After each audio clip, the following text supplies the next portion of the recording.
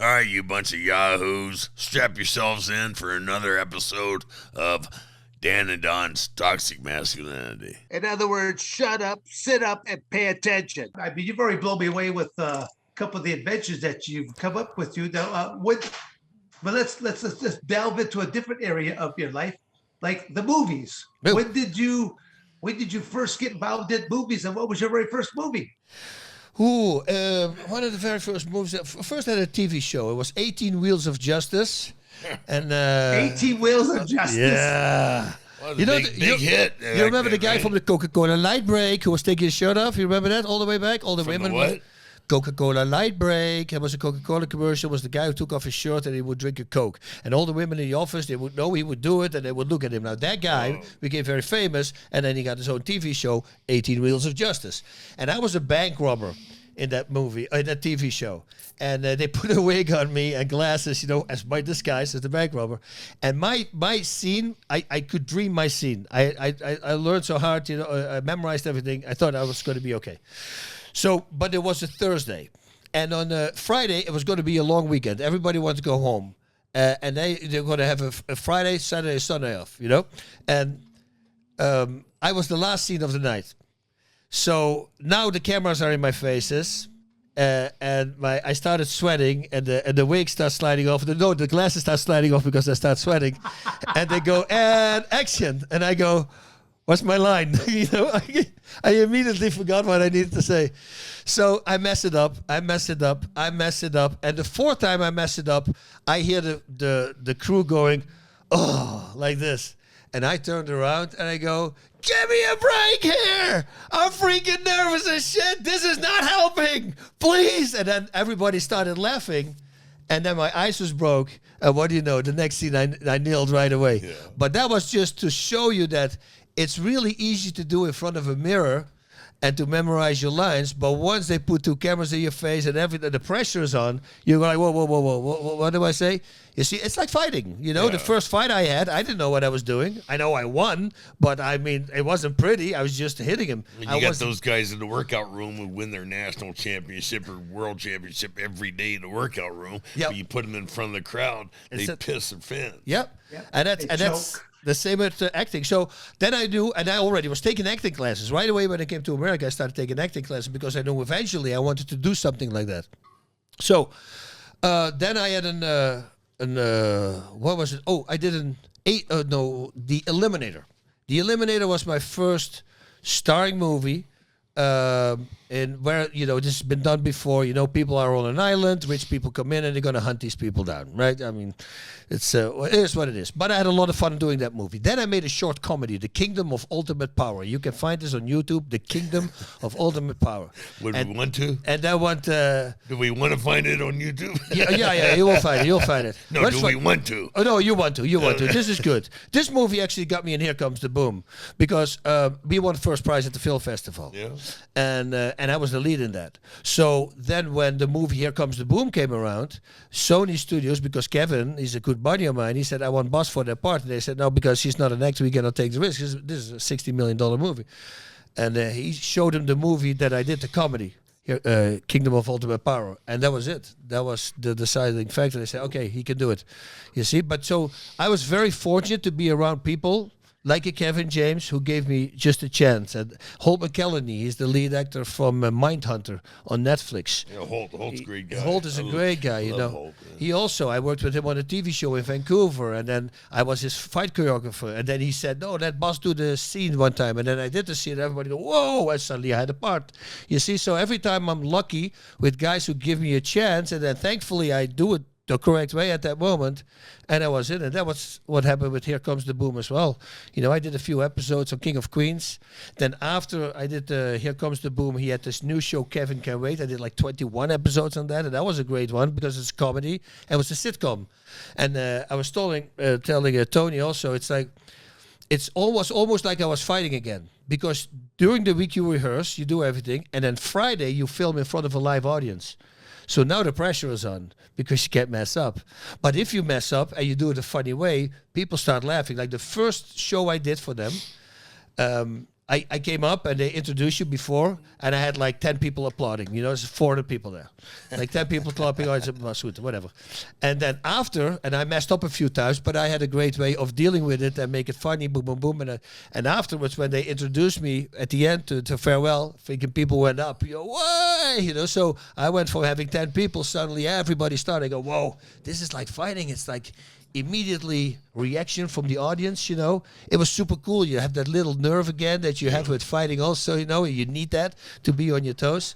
So yeah, I really enjoyed doing that, doing those episodes. And then after that, unfortunately, there's not been a lot. There's been talks. I was almost going to do a really good movie, badass guy, not bad guy, a number 2 of a movie, and I can't say what it is, but because it's still on.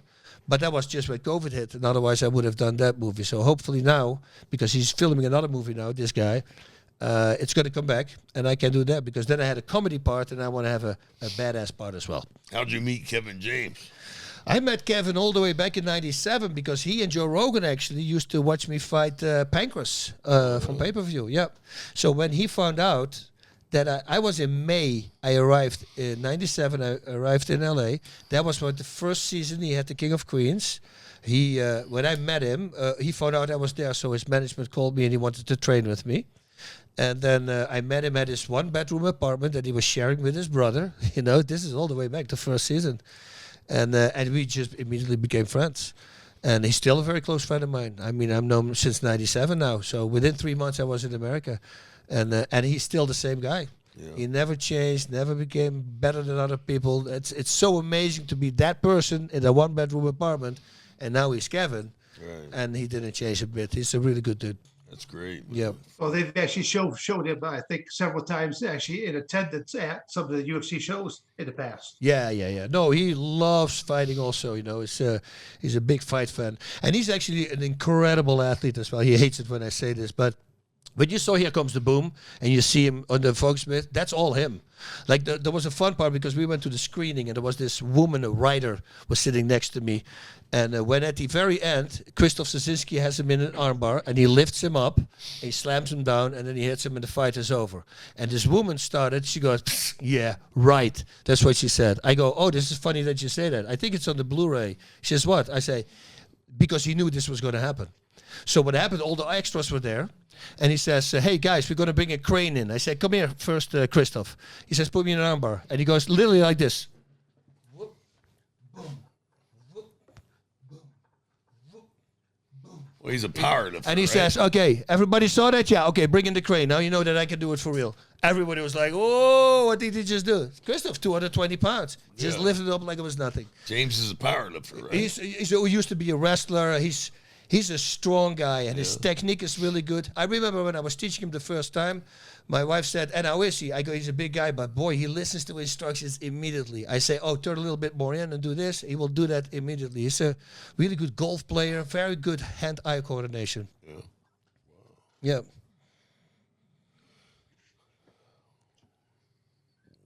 I'm trying to figure out where do you come up with all the time in the day to do all these different things there, Bas. I mean, it's pretty incredible because we're just starting to just scratch the surface of a couple of things that you've done between movies, between being an athlete, with your breathing apparatus, your striking apparatus.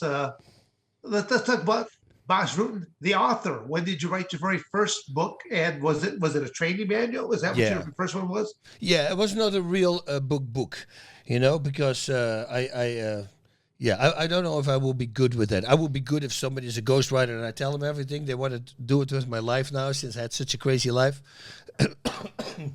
But this was an instructional. It's the biggest instructional book in the world.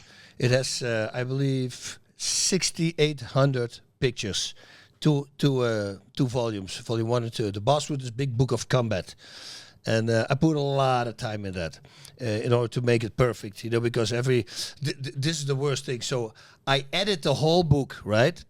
Everything is done. Took me 3 weeks in order to do that. Long hours a day to make everything perfect. I sent it to the guy, and the guy started editing it because then sometimes it would fit better on a page. Took the whole thing. So now you see me in sitting side mount, and in the next picture you see me already finishing an armbar. Dude, I lost it. I go, no, I had to go again for like a week, put everything back. I said, you touch this thing one more time? Unbelievable. People are so stupid sometimes. Yeah. Why don't you ask me first if that's a good idea? I mean, I'm the author, right? I'm showing the techniques. It was insanity. So, yeah, that took a long time to make that. So that was it. And I did a couple of these books. I did one in France. I did one in Holland. Yeah, and this one's being the biggest. What other sitcoms did you do with James? Which one? Yeah, what sitcoms did you do with him? King of Queens, and then Kevin Can Wait. Kevin Can Wait was the second sitcom he did, on also CBS. I had a part as the crazy neighbor from Holland. Rutger was my name. And I did 3 episodes in the first season. That was a stretch, huh? And that was a big stretch for me. I had to really get into character there. Yeah. And they loved it. And then apparently people at home, because when they test every character, and I had really high testing results apparently, and they wanted me back, and suddenly I was in there. If they would have gone to the 3rd season, I would have been a series regular. Yeah. And then it becomes really interesting, because once the 3rd season comes, they say it goes at least 5 or 6, and then the money is going to be there as well. Right. So, but unfortunately, the show got canceled because I don't know why, but that was a hard one for me, hard pill to swallow, because that's my dream job, to make people laugh and to get paid doing it. I mean, it's like the best thing on the planet, right? And the hours are great. It's not like 14 hours on the set. I mean, I was talking about it before. I was talking to Holt for the movie, for that TV show that he did, Mindhunter, on Netflix. And I said, how's it going over there? And I was doing the sitcom. And he goes, oh man, I'm at 6 o'clock in the morning. I'm in the makeup chair, 14-hour days, 6 days a week. Sundays I'm off, but Sundays I just sleep the whole day because I'm really tired. And he's telling all these things. And he goes to me, and how's yours? I go, same as you, dude. I mean, Monday we have a table read. And he goes, and then I go, no, that's like 30 minutes. Yeah, but then I said, we go home. and Tuesday, I said, 2 days, that's at least like 2-3 hours. You're blocking it. And he goes, are you serious? The thing is with a sitcom that you need to know where you have to deliver the lines, so that you map everything through it. And that stays the same, but the jokes change the whole time, because they will have it like a small audience kind of who are testing it while you're doing it. And if the laughs aren't that big, they rewrite the joke. The storyline will be the same, but they rewrite the joke. So you just need to be on the tip of your toes, because on Thursday, if you think this is it, on Friday, this could be a lot of things could be changed, and you're going to have to do that. So you have to make sure that you know the lines. That's important. But the hours are much better than doing movies. Yeah, I got lucky. I worked for Michael Mann 3 times. Ooh. It was great. It's unbelievable, that guy. Public Enemies, Public Enemies, he gave me one line. And Maria says, were you upset? He gave you one line? No, he gave me what he thought I could handle. But dude, in the Michael Mann movie, and I loved it. The part was great. You stood out. You stood out. That is. He's great to work with, man. Yeah, I believe it. I believe it. His movies are great. I mean, I always liked them. Yeah, he's amazing. Then, Ruhei Kenmara did the Godzilla movie. We had a lot of fun doing that. I remember you were telling me you were in Japan for like a couple of months, right? Yeah, 3 months, yeah. Jeez. Yeah, he's a great director and writer also, Had a lot of fun with him. It's, I never understood. You have these directors who are complete douchebags and who scream at the talent. I go like, dude, you don't want to put pressure on them. I mean, they're going to perform less. We had the guys on the sitcom. I mean, it's such a pleasure to work with these guys. Yeah. If you do something wrong, they just take you to the side and they explain to you. They will never do anything in public. It's really nice. It's really relaxed. But then again, it's Kevin, of course, picking the right people, because bad people, they don't last with him. No. Shit, I did that movie, Henry's Crime, with James Caan. Oh, wow. Yeah, and after the scene, we're all getting lunch, and he says, "Let me give you my phone number, and you call me, and he says, gets his assistant, give me a, no, you take my phone number, because I didn't think he would answer the phone, Yeah. I didn't know. I said, nah, you take my phone. You know, that's how it looked. And they're like, no. But you got it? No. Oh, come on. And I said, I hey, screwed up. send it to me. Yeah. I didn't realize what I did until after it was over. I just dissed James Caan. Yeah, no, those things you should always, especially if they offer it, you should do. Yeah. And you're you. You're not going to call this guy every day or text him, hey, man, what's up? What did you think of the fights? You know, Right. like you have these guys, sometimes you give somebody a number, and then they keep texting you, you know? And then what you start doing, first of all, you start reacting very late because otherwise, you know, they will keep constantly going. Right. I go, man, come on, check that. Oh, what, you know, this is a thing. If you're texting me, something I don't like is put everything in one text. I don't need, hey, boss, cling, how you doing? Send. Hey, this is me. Come. Question for you. Send. And I got like 8 texts coming, and I go, dude, put that in one text. And now I'm sitting somewhere, like for instance here, and if it's on, it goes ping, ping, or it goes, bzz, but it's still, you know, it's there. You know, it's like, it's super annoying. Yeah, but that's how people write, because they write like they're speaking. I say, okay, so if I say to you, hey, how are you doing? This is Bas Rutten. I don't wait for him to answer me first. I'm doing great. Oh, that's talking. You know, you wait for a response, you come back. So put everything in one text. So if you at home, you text me, don't do that. And I know some friends of mine are going to send me 20 texts now. I know that. Well, again, the cell phone has changed our world as well. When you look at, I always tell people, you go to any shopping mall and do a quick 360, try to find the one person that does not have that in the palm of their hand. Everybody. I mean, it's just, they all have it in there. I mean, I always feel sorry for that cell phones, because there'll be a lady that will walk through there that's wearing skin tight pants. Yeah. And she's already exceeding the tensile strength of the pure fabric of the pants. And yet she slides that cell phone in that back pocket. I'm thinking that's $1,000 computer that's about to be crushed. Yeah. But how do you get that thing out there in an emergency? it's people, or they walk into a fountain or something. You remember that girl? And then she tried to sue these people because they're making fun of her. And I go, dude, be off your stupid phone. Listen, last year, situational awareness. That's just completely gone. It's dangerous, and especially on the street as a woman by yourself. Yeah. You know, you should do that, especially late at night. And someone put that freaking thing, keep the keys in your hands, like all this kind of stuff. You know, it's important that you stay away from it. So last year, what I did they call it the Exodus. It's a thing in where you, for 3 months, it's like Lent on steroids, meaning you can have only 3 meals a day. 2 days a week are fasting days.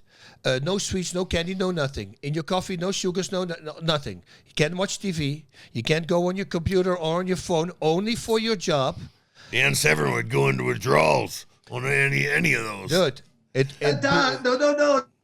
I take offense to that. The only time I'm on my phone is usually for work related. Yeah, but you work very rarely to simply just to shoot the shit about nothing. But you work 24 hours a day, and no sweets in your coffee. Yeah. But you know what it is? Cold showers. You have to work out every day. I mean, it was crazy. Yeah. But after 3 months, I think I canceled my social media 80%. Yeah. I realized all the time that normally I'm watching a TV show, whatever I'm doing, I'm reading a book now. Right. Now I'm actually learning things, you know? It depends on what book you read, of course. But you see, I go like, wow, it really changed me. And then I started just apply those rules. So I have more free time. So the more you do, it's really weird. The more you do, like I wake up in the morning around 5:30. And the first 2.5 hours is meditation, stretching. It's other things that I'm doing. It's only for me. And most of the time before 9 o'clock, I already went to the gym when I come home. So and then at 9 o'clock, I'm going to walk the dog. Before that, I already ate. I went to the gym. I did my stretching. I did everything. I read what I need. I memorized things in order to keep my mind, because we're getting older. We need to keep it intact, you know. But all these things, and I do it. They say, so when don't you do it? I said, well, I think for the last 7 years, there's not one day that I don't do it. I just build a habit again, and I just do the same thing over and over again because it makes me feel good. And now I do so much, and I have way more time. It's the weirdest thing. Yeah. So, but it's again, people are creatures of their habits. Yep. And again, if you want to be a productive person, what you just stated earlier, everybody's got 24 hours in the day. how much of their day are they simply just piddling away doing nothing? Thank you for watching another episode of Dan and Don's Toxic Masculinity. You better like, subscribe, and share, or I'm going to come to your house.